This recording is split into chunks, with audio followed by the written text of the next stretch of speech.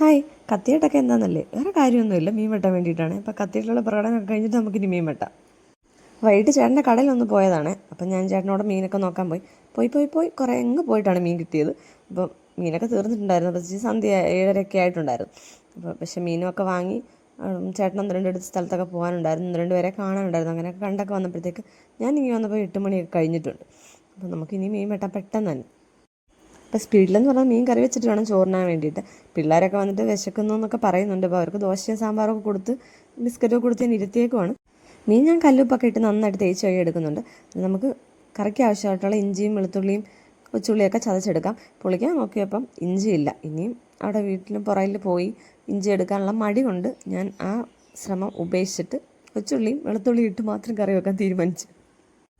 ചെറിയ ഇല തേങ്ങാക്കറി വെക്കുന്നതാണ് നല്ലത്. പക്ഷേ ഞാനിപ്പോൾ മുളക് കറിയാണ് വെക്കുന്നത്. തേങ്ങ തിരുമ്മിയൊക്കെ വരുമ്പോൾ സമയം എടുക്കും, അതുകൊണ്ട് തന്നെ. അല്ലാതെ എനിക്ക് മടിയൊന്നും ഉണ്ടായിട്ടല്ല കേട്ടോ.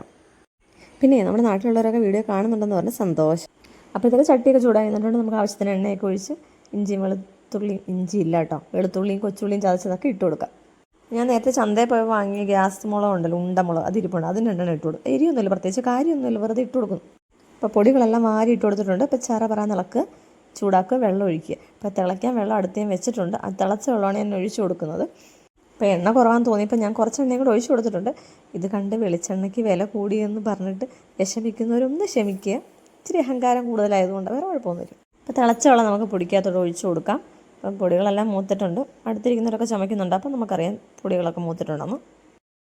തിളച്ച വെള്ളം ഒഴിച്ചു കൊടുത്തിട്ടുള്ളതുകൊണ്ട് ഇനി അധികം സമയം ഒന്നും വെയിറ്റ് ചെയ്യേണ്ട. പെട്ടെന്ന് നമുക്ക് മീനൊക്കെ വാരി ഇട്ട് കൊടുക്കാം.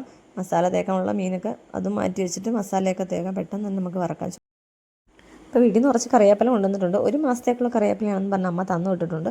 പക്ഷേ 2 ആഴ്ച കഴിയുമ്പോഴത്തേക്ക് കറിവേപ്പില ഉണങ്ങിയെന്ന് പറഞ്ഞ് ഞാൻ വിളിക്കും. അപ്പോൾ ഈ പ്രാവശ്യനോട് ടിന്നിലൊക്കെ ഇട്ട് വെക്കണം എന്നൊക്കെ പറഞ്ഞിട്ടുണ്ട്. അപ്പോൾ കറിയൊക്കെ റെഡി ആയിട്ടുണ്ട്. മീനും കൂടെ വറുത്ത് നമുക്ക് ചോറുണ്ണാം. അപ്പോൾ ഇന്നത്തെ വീഡിയോ ഇഷ്ടപ്പെട്ടാൽ ലൈക്ക് ചെയ്യാനും ഷെയർ ചെയ്യാനും സബ്സ്ക്രൈബ് ചെയ്യാനും കമൻറ്റ് ചെയ്യാനും മറക്കല്ലേ.